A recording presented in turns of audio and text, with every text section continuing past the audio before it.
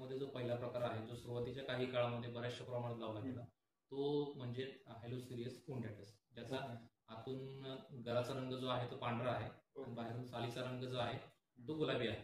दुसरा जो प्रकार आहे तो त्याचा सालीचा रंग गुलाबी आहे आणि आतून रंग सुद्धा गुलाबी किंवा पर्पल कलरचा असा आहे. तिसरा जो प्रकार आहे त्याच्यामध्ये सालीचा रंग पिवळा आहे आणि आतून गर जो आहे तो पांढराचा आहे. सध्या जो मार्केटचा ट्रेंड आहे तो वजनावरती रेट मिळत आहे. त्यांची इंडिव्हिज्युअल एका फळाची वजन क्षमता जास्त असेल अशाच फळांना चांगला रेट मिळत आहे सध्या. त्याच्यामुळे जेवढी साईज चांगली तेवढा रेट जास्त. तिथं सनबर्नचा प्रॉब्लेम येणार आहे. जी लागण जी आहे ती आपली जून पासून ती बऱ्यापैकी फेब्रुवारी पर्यंत आपली उरकली पाहिजे. कमर्शियल प्रोडक्शनसाठी या फळ पिकाला पाणी देणं गरजेचं आहे. असं आपण म्हणू शकत नाही की कमी पाणी दिलं तर झाड जिवंत राहील, पण त्याच्यापासून जे उत्पन्न निघेल ते कमी निघेल. शेतकरी बंधू आणि भगिनींनो नमस्कार. आज आपण एका आगळ्या वेगळ्या विषयावर चर्चा करणार आहोत. म्हणजे आपण एक नवीन पीक पद्धती जी असू शकते तर ह्याची आपण ऐकली माहिती घेणार आहोत. मागील 2-3 वर्षात एक गोष्ट आपल्याला काय जाणवलंय की द्राक्ष आणि डाळिंब ही जी 2 पिकं आहेत, मुख्य फळ पिकं आहेत, तर त्यामध्ये भरपूर मोठ्या प्रमाणात समस्या येत आहेत. तर शेतकरी आता त्या बागा हळूहळू कमी करत चाललेले आहेत. तर त्यांना एखादी पर्यायी कुठली फळपीक असू शकते तर ह्याची आपण माहिती घेतलेली आहे. आपल्यासोबत आहेत डॉक्टर विजय काकडे, हे नॅशनल अबॉटिक स्ट्रेस मॅनेजमेंट सेंटर मध्ये कार्यरत आहेत. तर आपण ह्या फळपिकाची संपूर्ण माहिती घेऊया. चला तर मग सुरू करूया.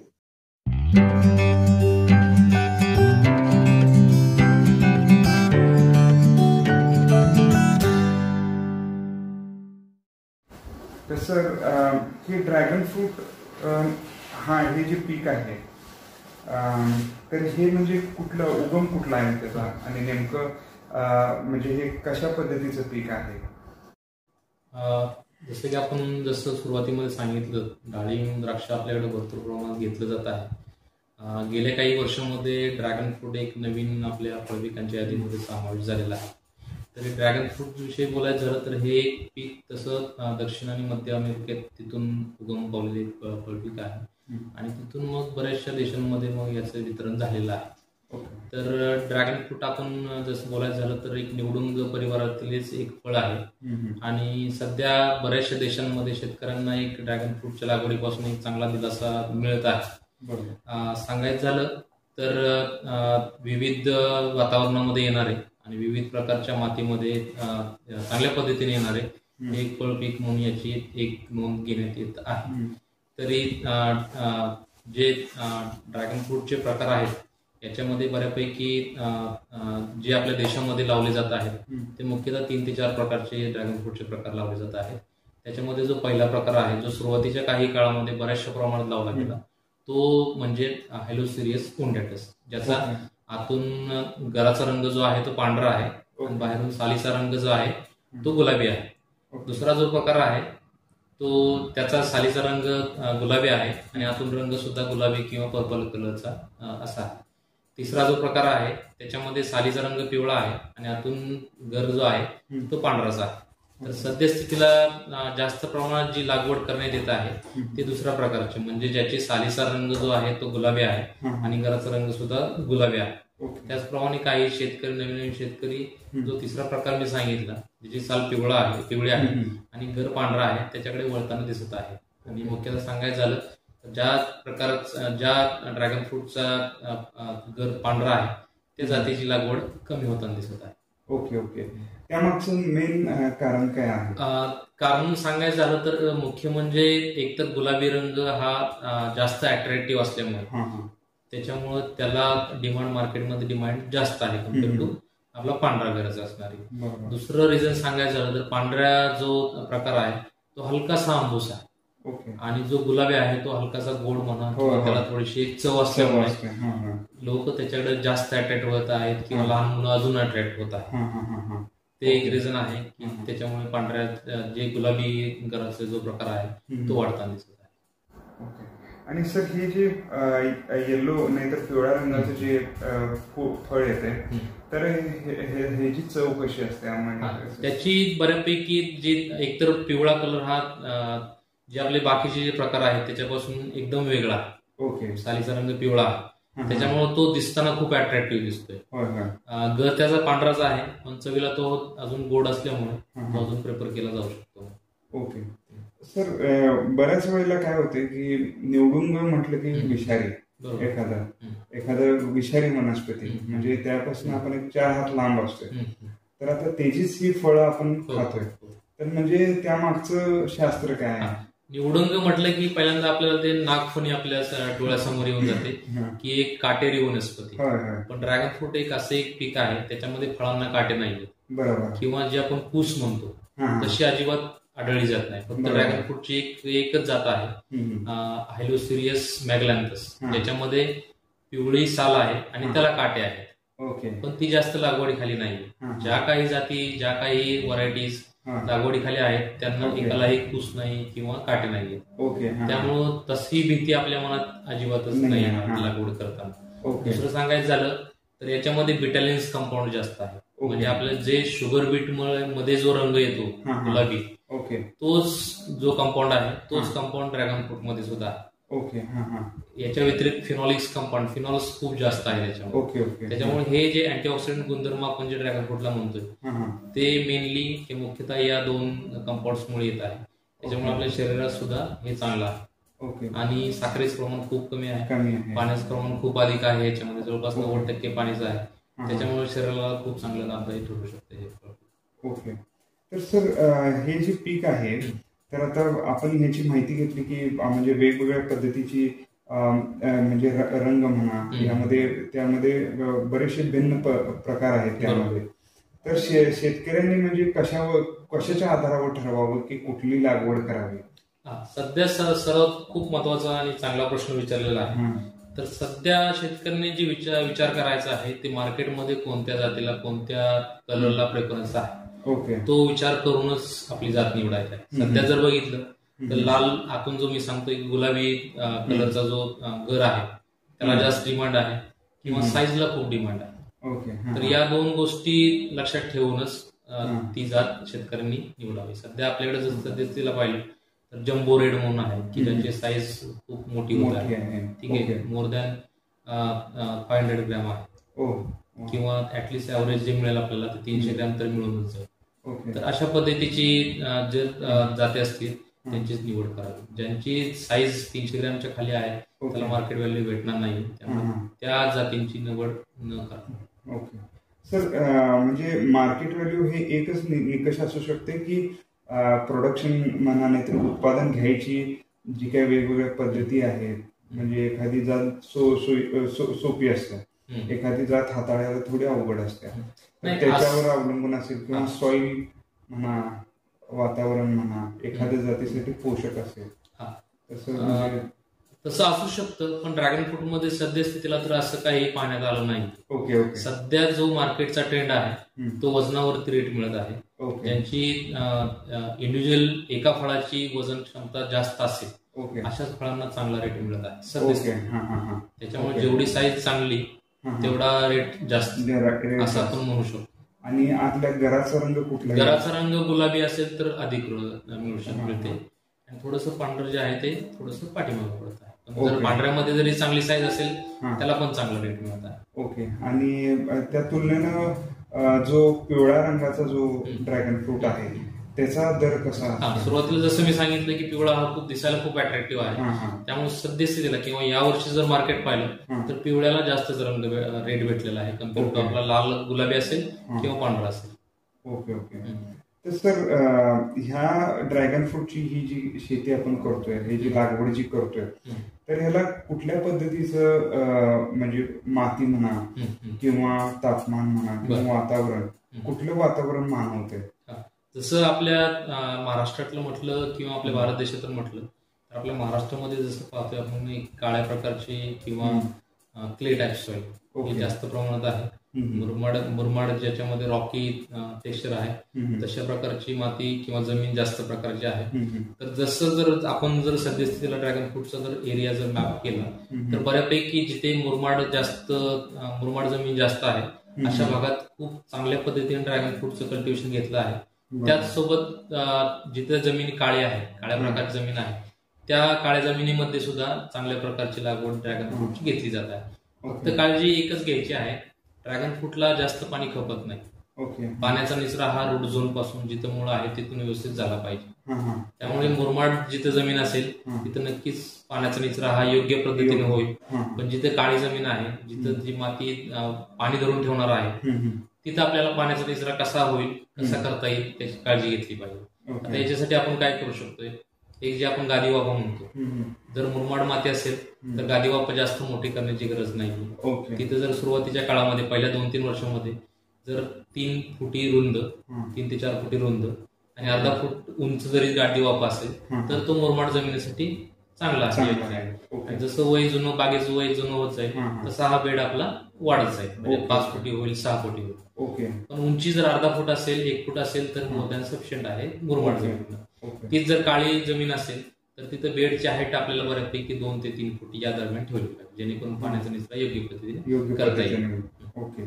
आणि सर, आता बरेचसे शेतकरी आमचे सांगली भागातले जे आहेत तर त्यांच्या जमिनी आता शारपड झाल्यात. आता त्या जमिनींना अशी आता परिस्थिती झाली की म्हणजे आज पाणी दिलं तर एक 20-30 दिवस, महिनाभर काय पाणी द्यायला लागत नाही, तर ओल हटत नाही.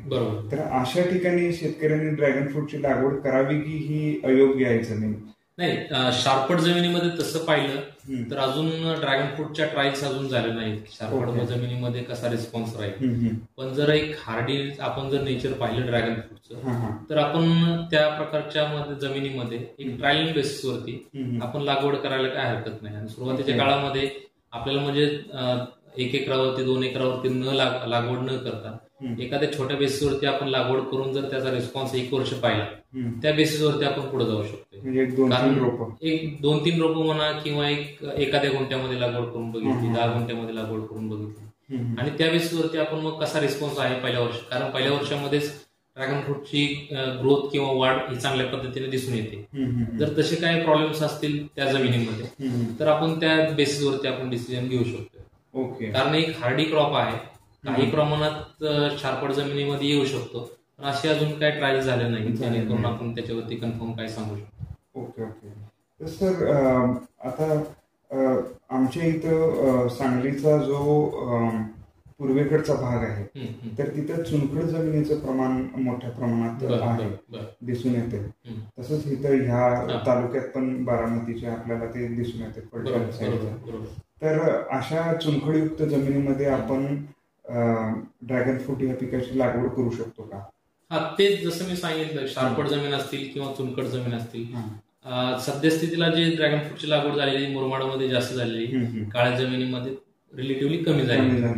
तेच अगेन आपल्याला त्याच्यावरती सुद्धा ट्रायल घेतल्या पाहिजे की चुनखड आणि शारपट जमिनीवर याचा कसा रिस्पॉन्स भेटू शकतो. एक हार्डी क्रॉप याचं ड्रॅगन फ्रूट आहे, पण आपल्याला ट्रायल घेणं तेवढंच गरजेचं आहे आणि तिथून पुढे आपण जाऊ शकतो. म्हणजे हे पीक नवीन असल्यामुळे अजून संशोधन याच्यावरती सुरू आहे. ओके. सर, ह्या परिस्थितीमध्ये म्हणजे आपलं जे वातावरण लागतंय, आता हे निवडुंग आहे, बरोबर, तर ह्या निवडुंगाला म्हणजे कशा टाईपचं वातावरण मानवतं?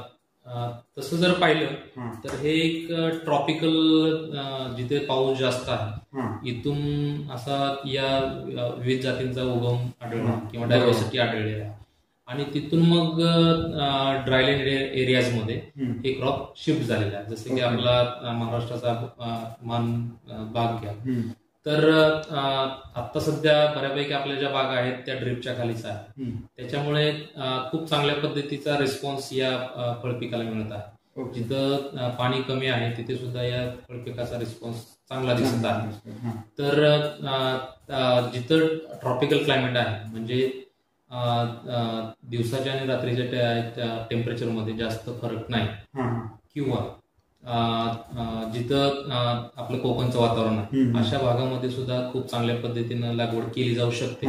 फक्त काळजी घेताना याची एकच घ्यायची आहे की आपल्या काही भागांमध्ये टेम्परेचर, उन्हाळ्याचं टेम्परेचर खूप जास्त जातं. खूप जास्त म्हणजे जिथे टेम्परेचर बऱ्यापैकी 35 डिग्रीच्या पुढे जातं, ठीक आहे, तिथं सनबर्नचा प्रॉब्लेम येणार आहे.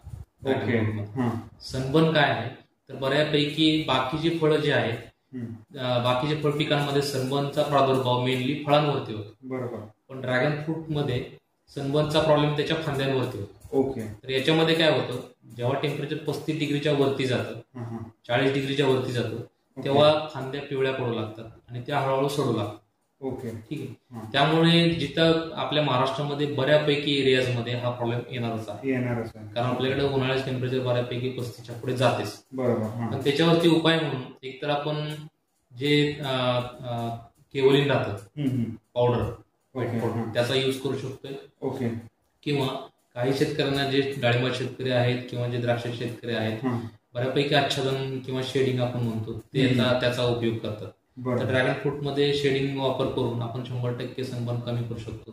ज्या शेतकऱ्यांना शेडिंग, कारण शेडिंग हे खर्चिक आहे, ज्या शेतकऱ्यांना शेडिंग परवडत नाही त्यांनी केवलिनचा वापर करून सुद्धा आपण ड्रॅगन फ्रूटच्या बागा सनबर्न पासून आरामात चांगल्या पद्धतीने वाचवू शकतो. त्यांना जर समजा आपल्याला जे जुन्या साड्या असतात तर त्याचा वापर रॅपिंग केलं समजा नाही, याच्यामध्ये फांद्यांना काटे असतात, त्याच्यामुळे रॅपिंग करून ते चालणार नाही. किंवा दुसरी गोष्ट, जो नवीन फुटवा निघणार आहे मग त्याला अडथळे निर्माण होतील, त्यामुळे आपण मग त्याला रॅपिंग करू शकत नाही. Okay okay okay.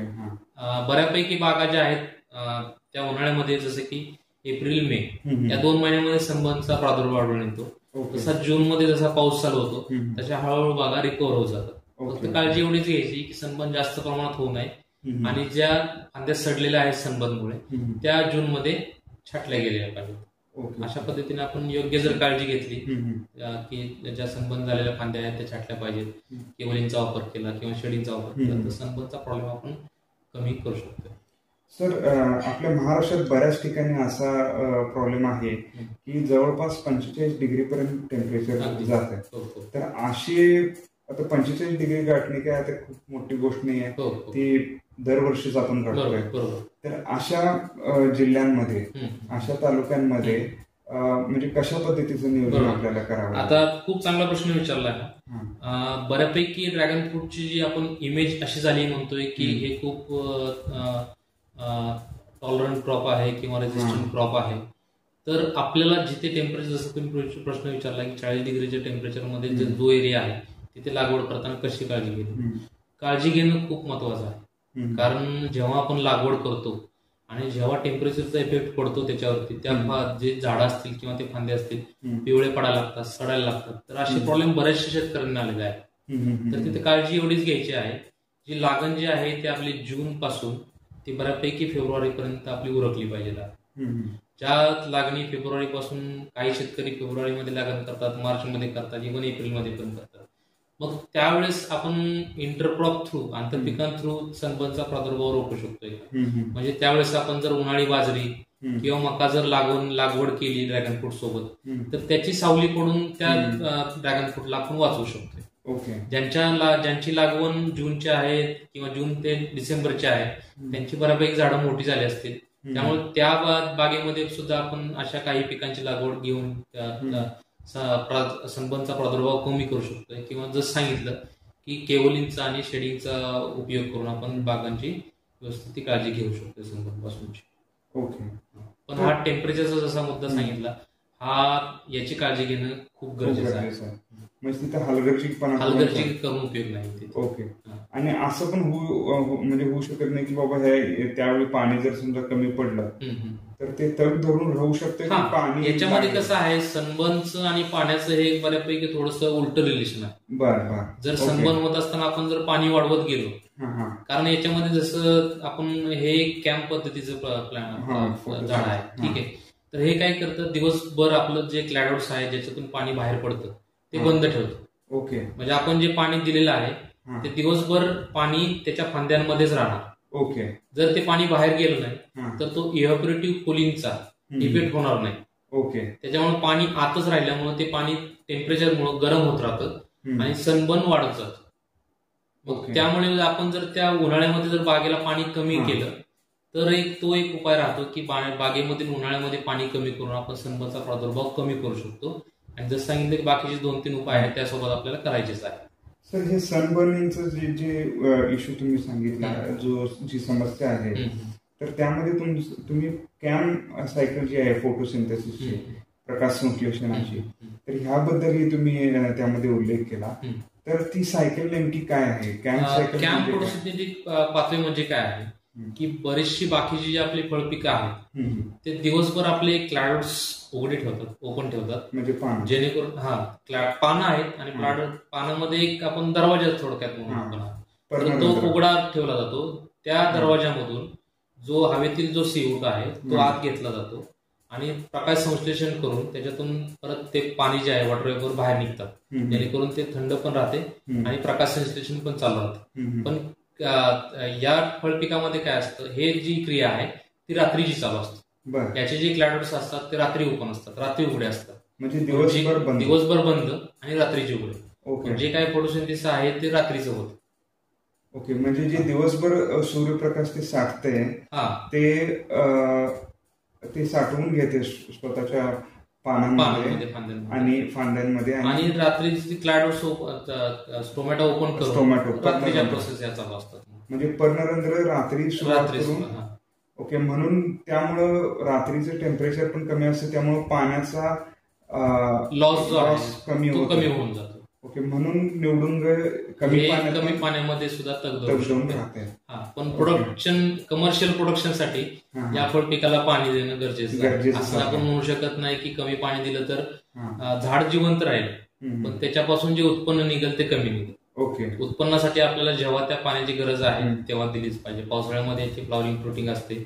पाऊस जर कमी पडला तर त्यावेळेस आपल्याला पाण्याची भूक आहे ती भागवलीच पाहिजे. उन्हाळ्यामध्ये जर शेतकऱ्यांच्याकडे पाणी नसेल तर ती झाडं मरणार नाहीयेत, ती झाडं तग धरून राहतील. जसा एखादा पाऊस पडेल ही झाडं परत आपली वाढ परत सुरू करतील. ओके. तर सर ह्याला पाणी किती लागते? म्हणजे ह्या पिकामध्ये आता म्हणजे कोरडवाहू शेतकरी ते करू शकतात, म्हणजे नुसतंच पावसाच्या जीवावर म्हणा, नाहीतर जे काय थोडं बहुत एखादं बोरवर करू शकतील, की बागायतीच रान लागते? म्हणजे की जर पाऊस हा वर्षभर पडत असेल तर त्या पद्धतीत त्या कंडिशन्स मध्ये कोरडवाहू जे आपण म्हणतो रेनफेड ते पॉसिबल आहे. पण आपल्या भारतामध्ये तशी सिच्युएशन नाहीये. आपल्याकडे जो पाऊस मुख्यतः पडला जातो तो जून ते हार्डली ऑक्टोबर पर्यंत, आणि जो आपण अवकाळी पाऊस म्हणतो तो अनिश्चित असतो, त्याच्यावरती आपण डिपेंड राहू शकत नाही. त्याच्यामुळे कोरडवाहू भारतामध्ये किंवा महाराष्ट्रामध्ये शक्य नाही. ओके. ओके. पण याची लागवड जी केली जाते ती बऱ्यापैकी मान्सून सीझन मध्ये केली जाते. त्याच्यामुळे नैसर्गिकरित्या पावसाची साथ आपल्याला भेटणार आहे. ओके. त्याच्यामुळे आपला जो बोरवरचा लोड आहे किंवा विहिरीवरचा लोड आहे तो नक्कीच कमी होणार आहे. बरोबर. ठीक आहे. याची जी फ्लॉवरिंग आणि फ्रुटिंग आहे ती सुद्धा मान्सून मध्येच आहे. म्हणजे जून पासून चालू होते ते ऑक्टोबर पर्यंत चालते. म्हणजे जेव्हा आपला ज्या स्टेज म्हणजे फ्लॉवरिंग आणि फ्रुटिंग या क्रुशियल स्टेज आहेत, जेव्हा पिकाला जास्त पाण्याची गरज असते त्यावेळेस नैसर्गिकरित्या पाऊस मान्सून असल्यामुळे अगेन तिथे आपल्याला पावसाची मदत भेटणार आहे. त्यामुळे जसं सांगितलं की आपला बोरवरचा आणि विहिरीवरचा लोड पुन्हा कमी होऊन जाणार आहे. आणि दुसरं म्हणजे हिवाळ्यामध्ये याची व्हिजिटेटिव्ह शाखीय वाढ जास्त होते, आणि हिवाळ्यामध्ये टेम्परेचर कमी असल्यामुळं इव्हॉपरेटिव्ह लॉसेस जे म्हणतो आपण पाण्याचे ते नक्कीच कमी होतील. आणि तिसरी गोष्ट मी याच्या अगोदर पण सांगितली, उन्हाळ्यामध्ये सनबर्न पासून संरक्षण करण्यासाठी आपण याचं पाणी कमी करणार आहोत या पिकाचं, जेणेकरून ज्या फळपिकांना बाकीच्या फळपिकांना उन्हाळ्यामध्ये वाचवण्यासाठी आपल्याला जास्त पाण्याची गरज लागते, या पिकामध्ये उलटा, कारण आपण त्यावेळेस पाणी कमी करणार आहे. किंवा आपण एखाद्या महिन्यात नाही दिलं तरी काय अडचण नाही. ओके. पुढच्या महिन्यात जर आपण देऊ शकलो पाणी तरी काय अडचण नाही. महिन्यातून 2 वेळा किंवा 3 वेळा जर देऊ शकलो आपण तरी मोर दॅन सफिशियंट आहे. सर हे म्हणजे ह्याला नेमकं पाणी किती लागते? पाणी किती लागते इन द सेन्स की एखादं दुसऱ्या पिकाबरोबर कम्पेअर, म्हणजे मक्का एवढं पाणी लागते की तुरी एवढं पाणी पुरेसं आहे? संशोधनामध्ये असं आढळलेलं आहे की आपले जे C3 क्रॉप्स आहेत, केळ आहे, मँगो आहे, द्राक्ष आहे, तर याच्यात 10 ते 20% पाणी लागतं.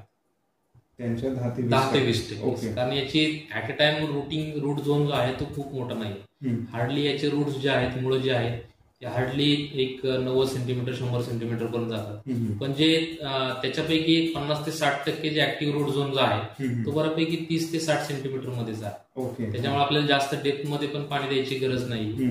आणि जसं मगाच सांगितलं की याची फ्लॉवरिंग फ्रुटिंग मान्सून मध्येच आहे. उन्हाळ्यामध्ये आपण सनबर्न पासून वाचवण्यासाठी पाणी कमीच करतो, आणि हिवाळ्यामध्ये इव्हॉपरेटर लॉसेस कमी असल्यामुळे, बाष्पीभवन कमी होत असल्यामुळे तिथे सुद्धा याची पाण्याची रिक्वायरमेंट कमी होऊन जाते. हे सर्व गोष्टीचा विचार करून याची पाण्याची रिक्वायरमेंट कमी होऊन जाते. मग थोडक्यात असं म्हणता येईल का की एखादा बाजरी उत्पादक शेतकरी असेल तर त्याला आपण तो ड्रॅगन फ्रूटची लागवड करू शकतो? अगदी अगदी काहीच अडचण नाही, काहीच अडचण नाही. फक्त कसं सुरुवातीला सांगितलं की पावसाळ्यामध्ये तर पावसावरती आपली रिक्वायरमेंट भागून जाते, पण हिवाळ्यामध्ये आणि थोडेफार प्रमाणात उन्हाळ्यामध्ये याच्यासाठी आपल्याला पाण्याची साठवण असेल किंवा एखाद्या बोरची किंवा एखाद्या विहिरीची सोय असेल तर याच्या लागवडीसाठी ती गरजेची आहे. फक्त पावसावरती शक्य नाही. Okay okay.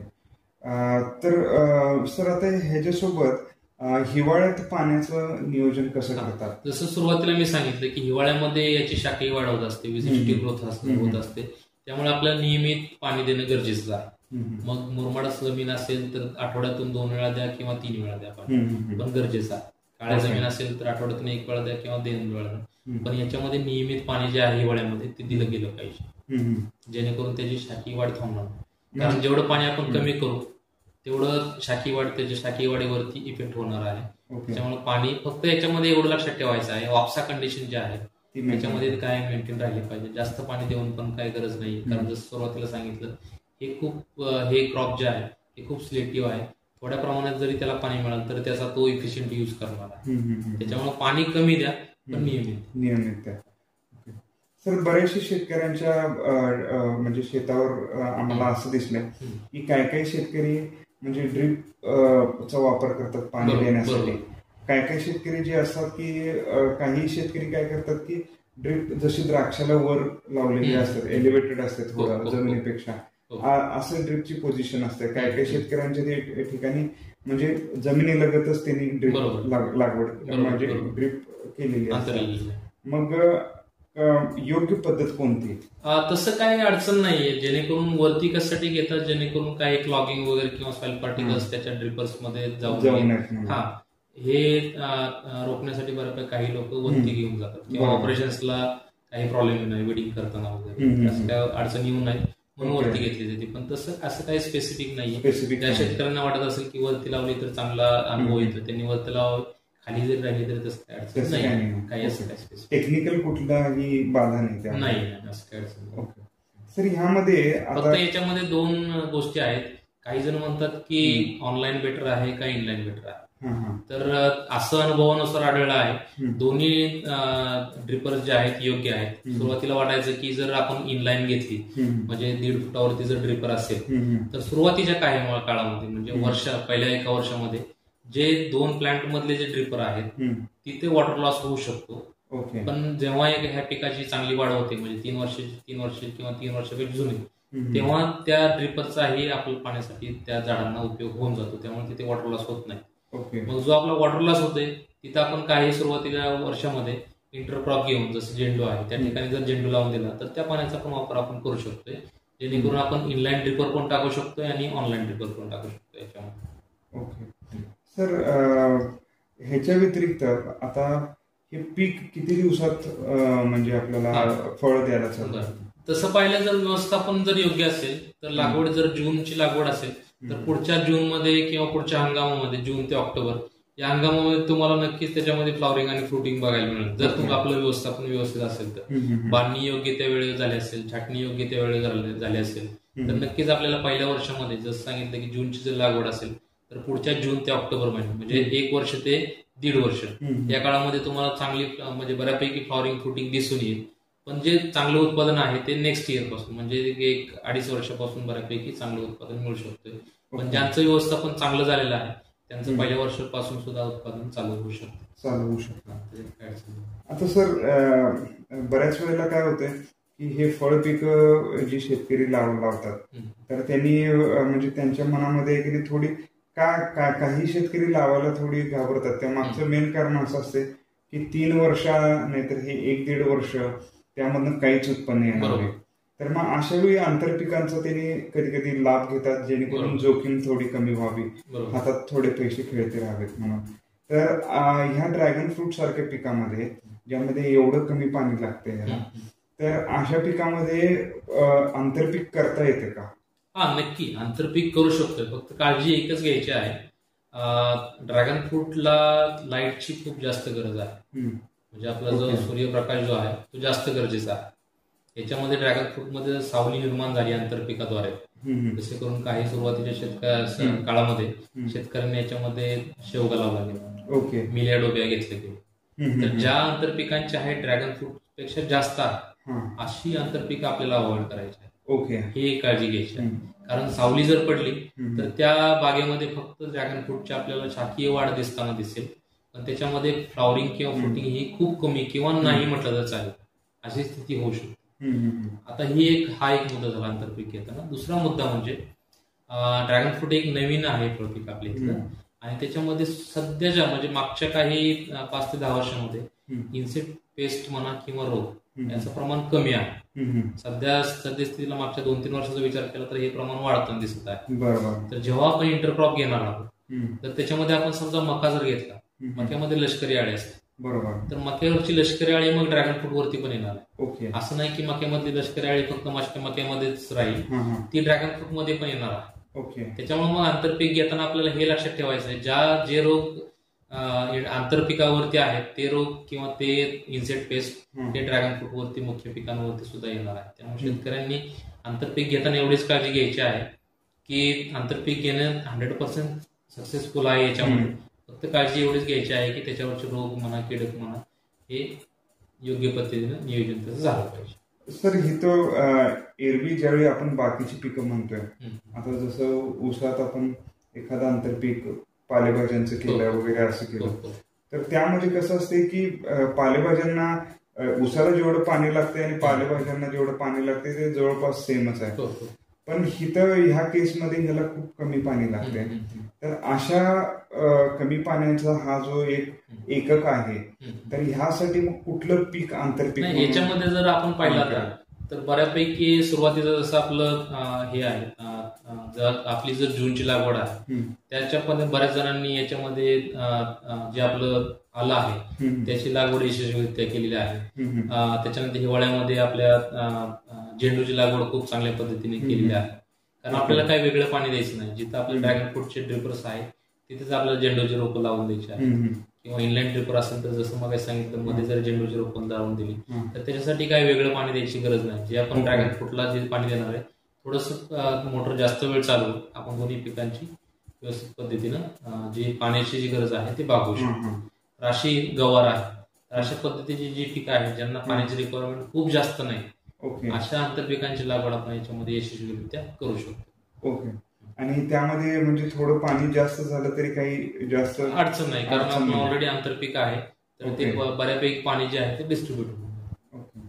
सर, ह्यामध्ये आता ज्यावेळी आपण ह्याची फ्लॉवरिंग होते, आज लागवड केली तर किती दिवसानंतर फ्लॉवरिंग होईल आणि किती दिवसानंतर त्यामध्ये फ्लॉवरचं सेटिंग होईल, म्हणजे फ्रूट सेटिंग? जसं मी तुम्हाला सांगितलं की पहिल्या वर्षामध्ये सुद्धा याची आपली समजा जूनची लागवडचं आपण उदाहरण देतोय, तर जूनची जर लागवड असेल तर पुढची फ्लॉवरिंग जी येणार आहे याचा फ्लॉवरिंग सीझन जो आहे तो पावसाळ्यामधला असतो.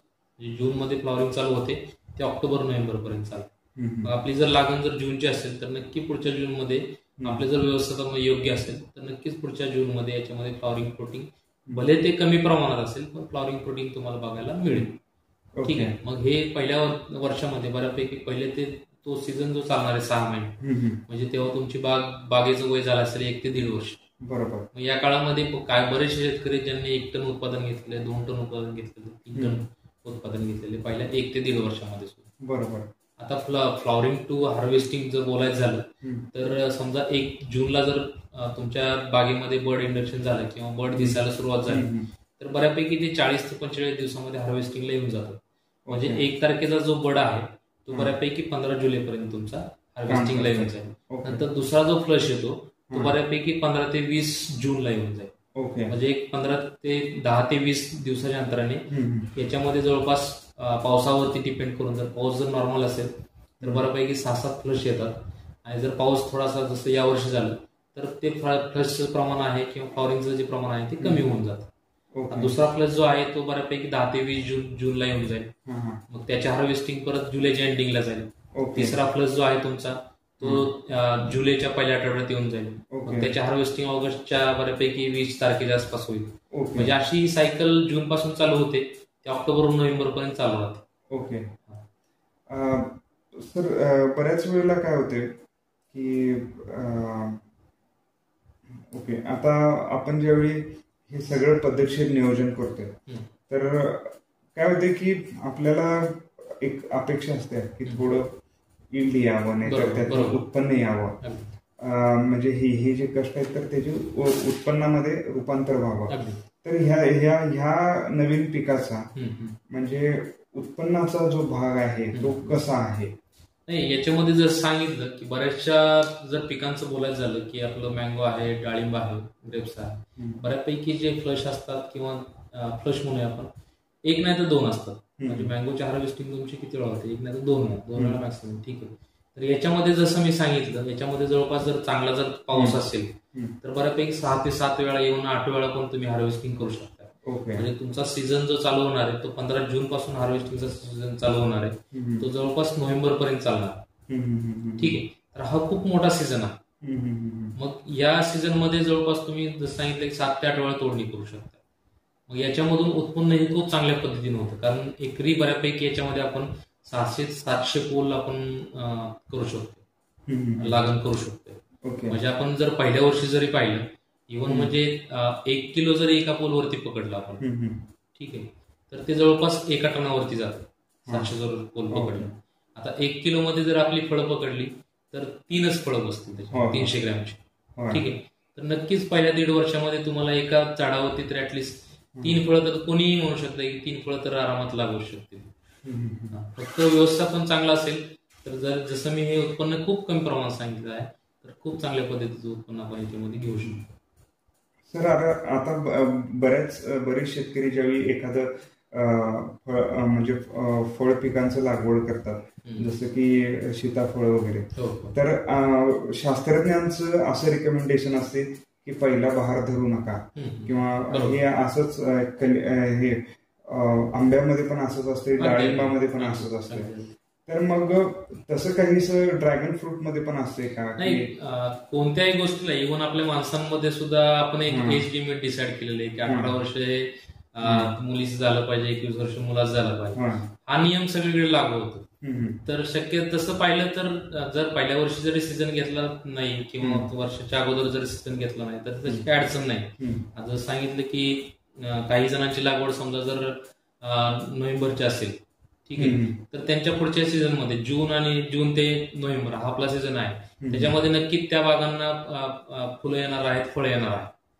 मग ते शेतकऱ्यांनी स्वतः डिसाईड करायचं आहे, कारण याच्यामध्ये जास्त येत नाही. जरी घेतलं तरी काय एवढं इम्पॅक्ट पडत नाही, थोडाफार पडू शकतोय. पण जर आपण पाहिलं तर याच्यामध्ये इन्व्हेस्टमेंट जी झालेली असते ती खूप जास्त प्रमाणात झाली. एकरी जवळपास 3 ते 4 लाख झालेले असते.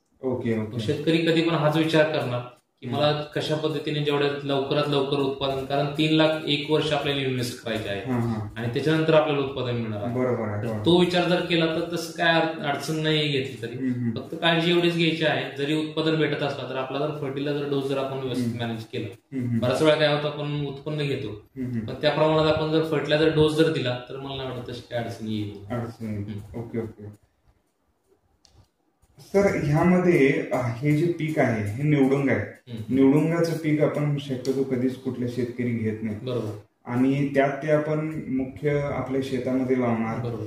आणि तिथं आपण नॉर्मल जशी पिकं असतात तसं आपण त्याला वागवू शकत नाही. तर ह्याला रासायनिक खतांची मात्रा किती द्यावी? तसं पाहिलं तर निवडुंग जसं मग सांगितलं, पाण्याची किंवा खतांची याची जी आपली रूट झोन आहे किंवा मुळं जे आहे ते जास्त खोलवर नसतात. आणि जसं सांगितलं की हे कॅम्प पद्धतीमधले आहे, आपण थोडंसं जरी पाणी दिलं तर त्याचा हे झाड असं आहे की त्याचा खूप पुरेपूर उपयोग करू शकते. त्याच्यामुळे रासायनिक खतांची मात्रा असेल किंवा ऑर्गॅनिक खतांची मात्रा असेल ही योग्य पद्धतीने दिली पाहिजे. ओके. जेवढे आपण स्प्लिट, आता ड्रीपद्वारे हे शक्य आहे की आपण सुरुवातीला जे आपण ट्रॅडिशनल पद्धती वापरायचो आपण, की आपण खत जी आहे ते आपण बऱ्यापैकी ड्रीप न देता आपण बेसल डोस मधून द्यायचं. बरोबर. तर आता ड्रीपमुळे शक्य झालं आहे की आपण खतांची मात्रा आहे पाहिजे तेवढ्या प्रमाणात आपण स्प्लिट करू शकतो. ड्रॅगन फ्रूट मध्ये पण तसंच आहे, जसं सांगितलं मी तुम्हाला की याची जी फ्लॉवरिंग फ्रुटिंग आहे जून पासून चालू होते ते ऑक्टोबर नोव्हेंबर पर्यंत चालू होते. मग तो डोस आपण 2 स्प्लिट मध्ये न देता तोच जर आपण पूर्ण 6 महिने जर एक महिन्याला जरी स्प्लिट करत गेलो तर कमी मात्रा जाईल पण त्याचा उपयोग पुरेपूर होऊन जाईल.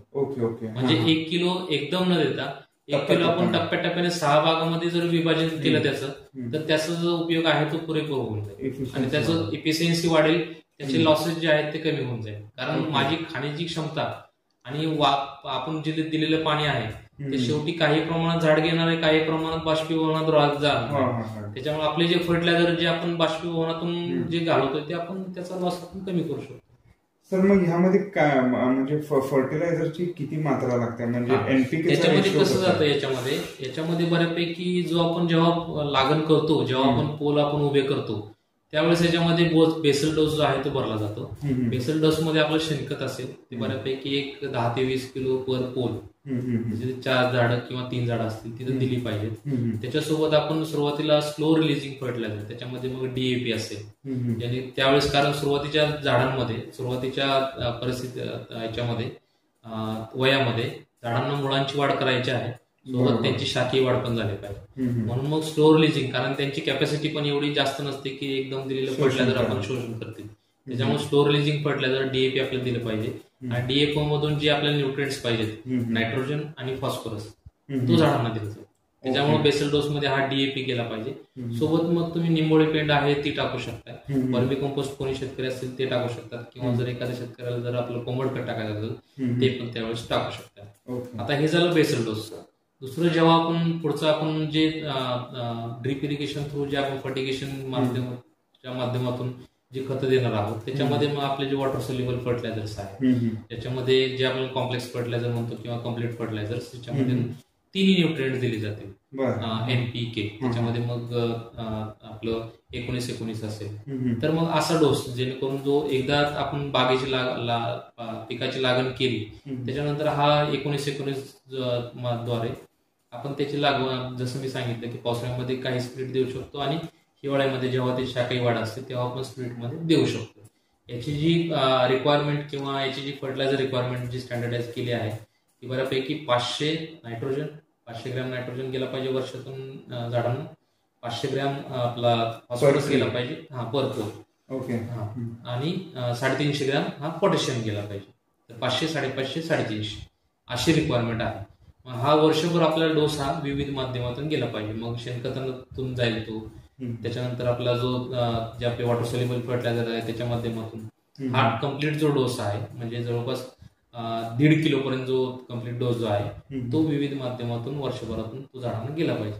राहिलं मायक्रो न्यूट्रिएंट्स, तर फ्लॉवरिंग फ्रुटिंगच्या वेळेस आपण मायक्रोन्यूट्रिएंट्सची 2 मात्रा आणि बेसिकची ग्रोथ शाखीय ग्रोथच्या म्हणजे हिवाळ्यामध्ये तेव्हा एखादा स्प्रे मधून किंवा आपण ड्रीप मधून जरी सोडलं तरी त्याची मायक्रोन्यूट्रिएंटची रिक्वायरमेंट पूर्ण होऊ शकते. सर मी बऱ्याच ठिकाणी बघितलंय की काय काय ठिकाणी शेतकरी पोलवर म्हणजे असं एक सर्क्युलर रिंग असते त्याच्यावर त्यांनी म्हणजे लागवड करतात. काय काय जण द्राक्षासारखं वाय आकारामध्ये ह्याच्यावर पण करतात.